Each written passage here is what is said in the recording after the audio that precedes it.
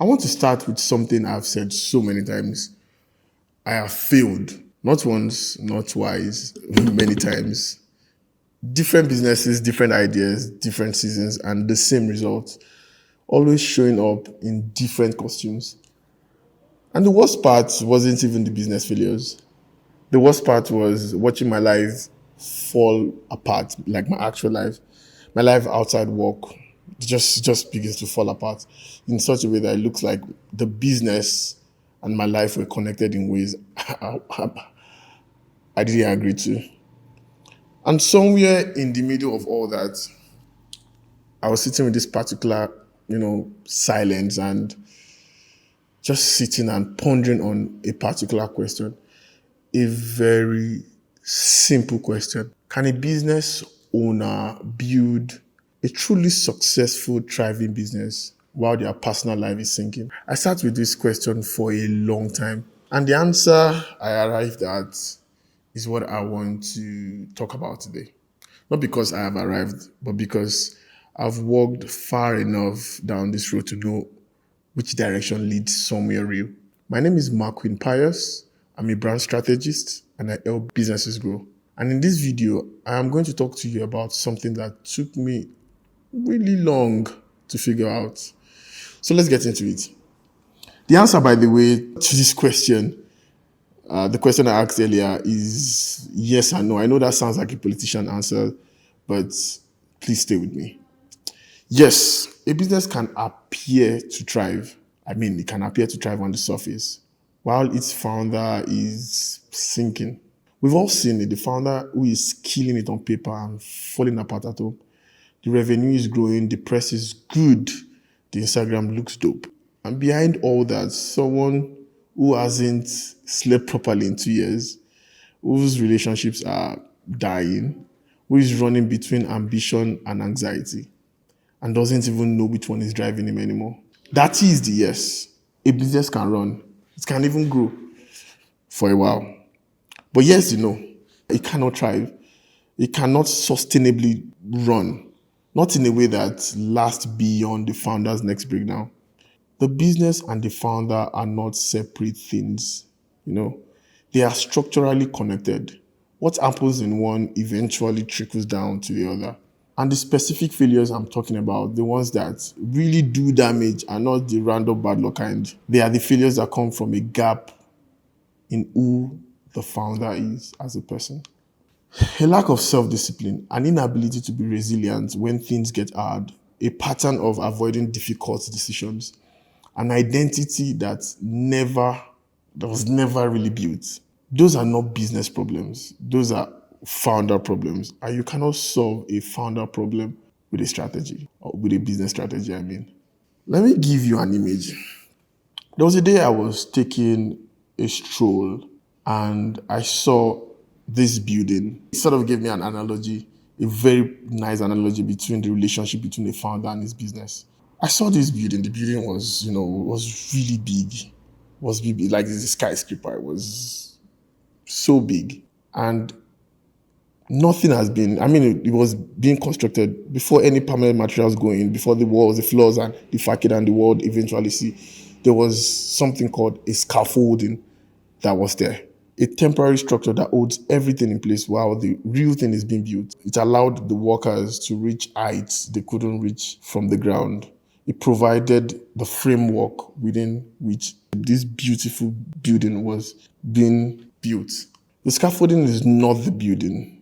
Nobody photographs the scaffolding. Nobody moves into the scaffolding.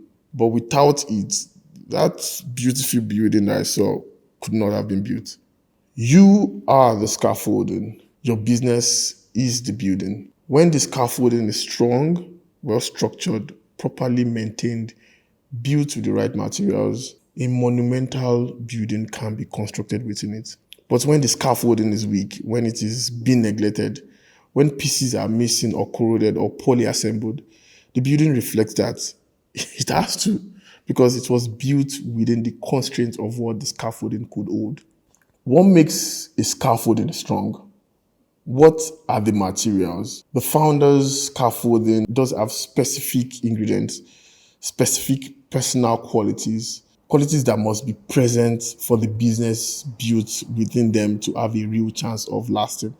I call them the founder's ingredients. And today I'm going to focus on the most fundamental of all of them, the one that determines whether all the others can even take root: identity. Not self confidence, though that matters, not work ethic, though that matters too, but identity. The deepest, the most foundational answer to the question, who are you? Because here's what I've come to understand. After failing so many times, after failing my way to a clearer version of myself, every other founder ingredient, self-discipline, resilience, vision, emotional intelligence, they are downstream of identity. You cannot discipline someone who doesn't know who they are disciplining toward. You cannot build resilience in someone who hasn't first decided who they are being resilient for. Identity is not one ingredient on the list. Identity is the soil on which all the other ingredients grow. So we are going to talk about identity today. Like, we are really going to talk about identity. But before we really dive into that, I want to take you to a text. And whether or not you share my faith or the faith in which this text comes from, I want to ask you to follow the logic of it, because what it contains is one of the most precise identity frameworks I've ever encountered. It is Genesis 1:28, and it reads like this: And God blessed them, and God said to them, be fruitful and multiply, fill the earth and subdue it, and have dominion over the fish of the sea, over the birds of the heavens, and over everything that moves on the earth. If God speaks a commandment after the blessing, then the commandment cannot itself be the blessing. So what is the blessing? What was given before the instruction arrived? Look at the first instruction: be fruitful. Fruitfulness requires a seed, right? You cannot produce fruit from nothing. To be told to be fruitful is to be told something has already been planted in you. The blessing is the seed. I'll say that again. The blessing is the seed.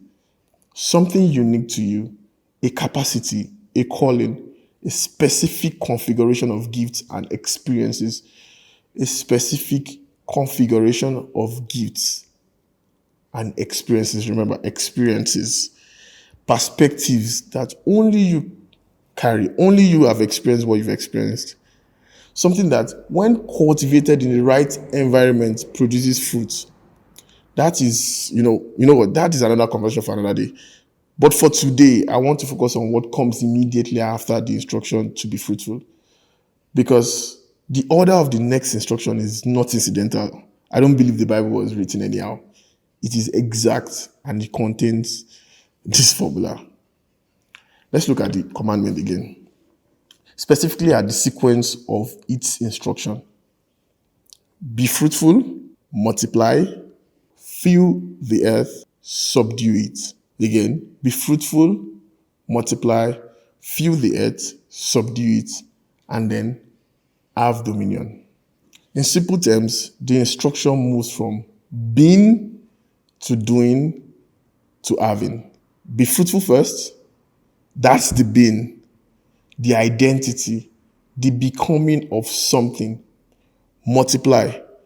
That's the doing, the activity, the work that flows from what you've become. Have dominion. That's the having, the result, the outcome.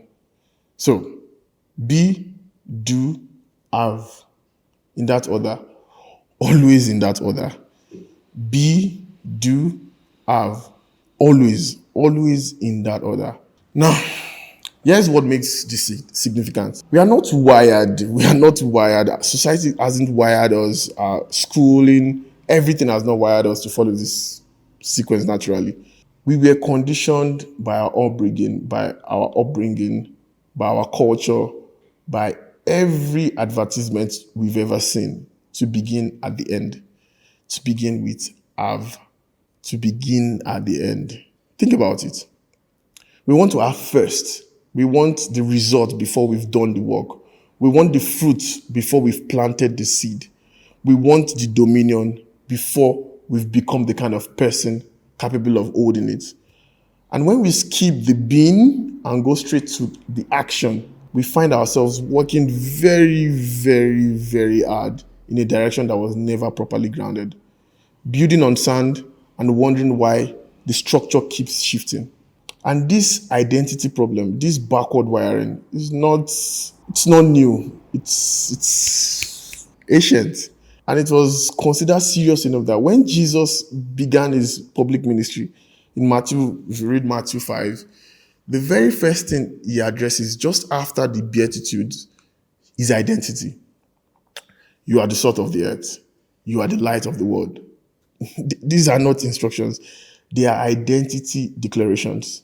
Jesus saying, before I tell you what to do, let me tell you who you are. Let me establish the being before we discuss the doing. Because he understood that the doing is always a reflection of the being. Fix the identity, the behavior follows. Fix the being, the having eventually comes. This is not the new framework. This is the oldest one.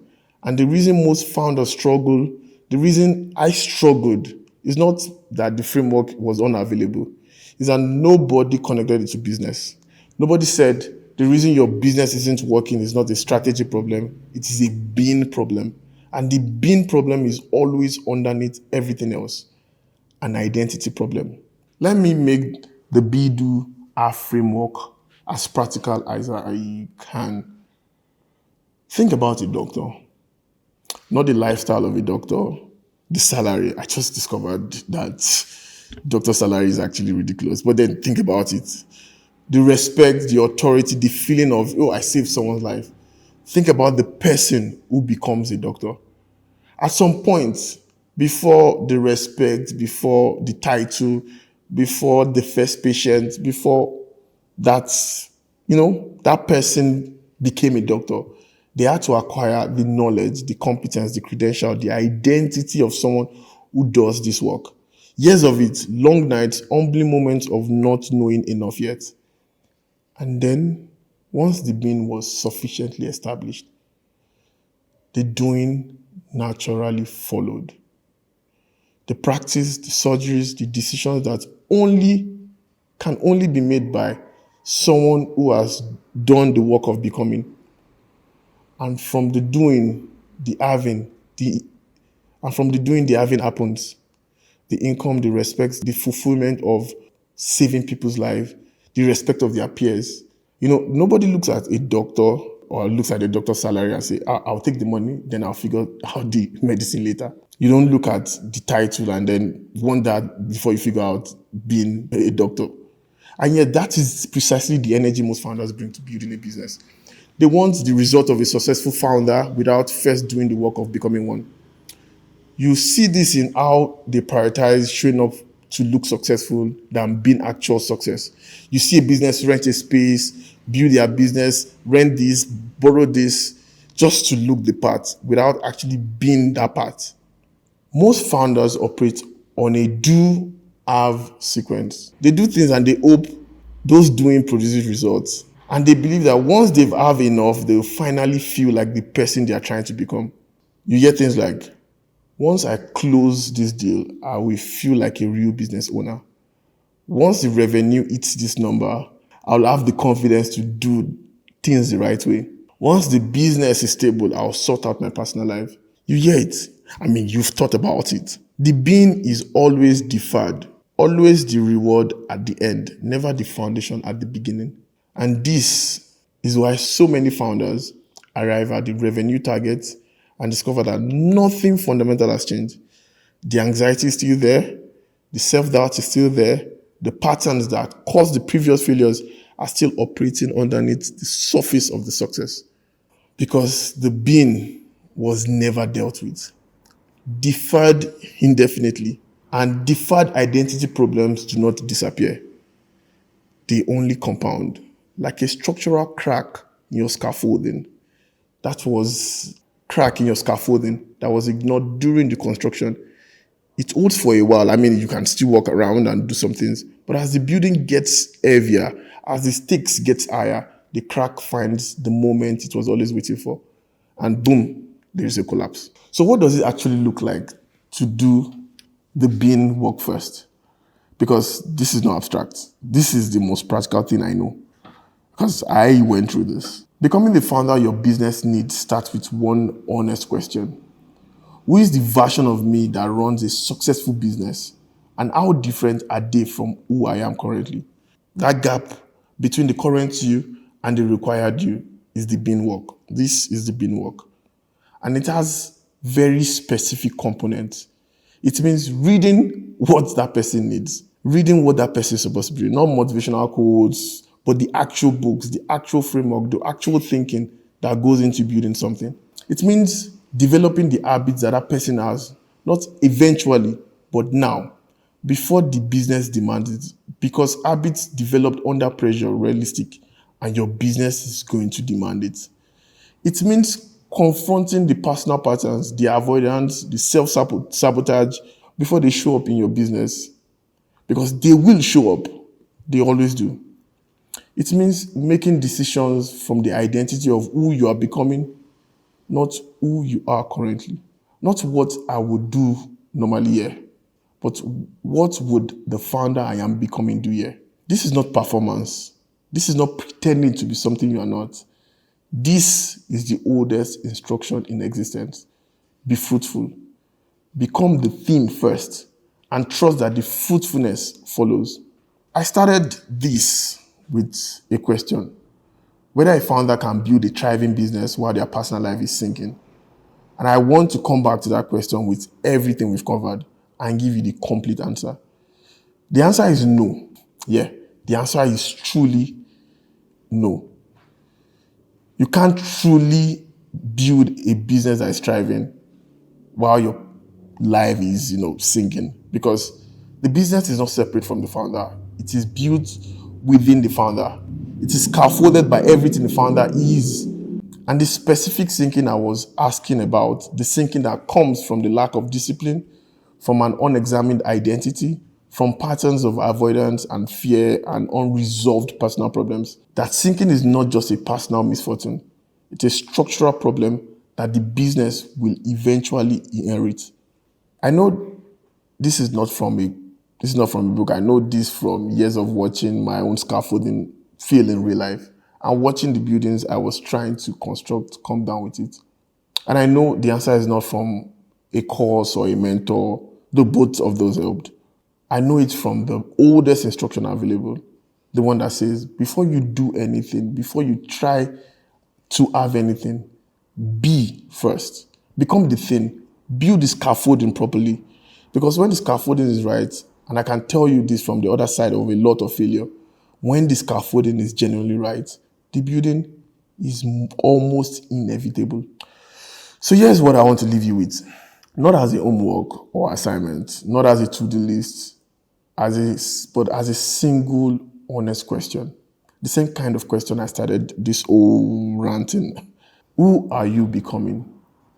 Not who do you want your business to be? Not what do you want to have in 5 years? Not what strategy are you going to execute next quarter? Who are you becoming? Because the business you're trying to build, it already exists. Like it does exist in potential. It does exist. It was blessed into existence alongside you. The seed is already there. But it can only grow as large as the scaffolding around it will allow it. And the scaffolding is you. And you are either consciously building that scaffolding or you are leaving it to chance, to circumstances, to the accumulated weight of patterns you haven't examined yet. The most important business decision you will make this year is not about your product. It's not about your marketing. It is not about your funding or your team or your market position. The most important business decision you make this year is the decision you take on your own becoming. So before the revenue demands it, before the crisis forces it, before the failure makes it unavoidable, now when the ground is still open, plant your seed, build your scaffolding, and then be. Thank you.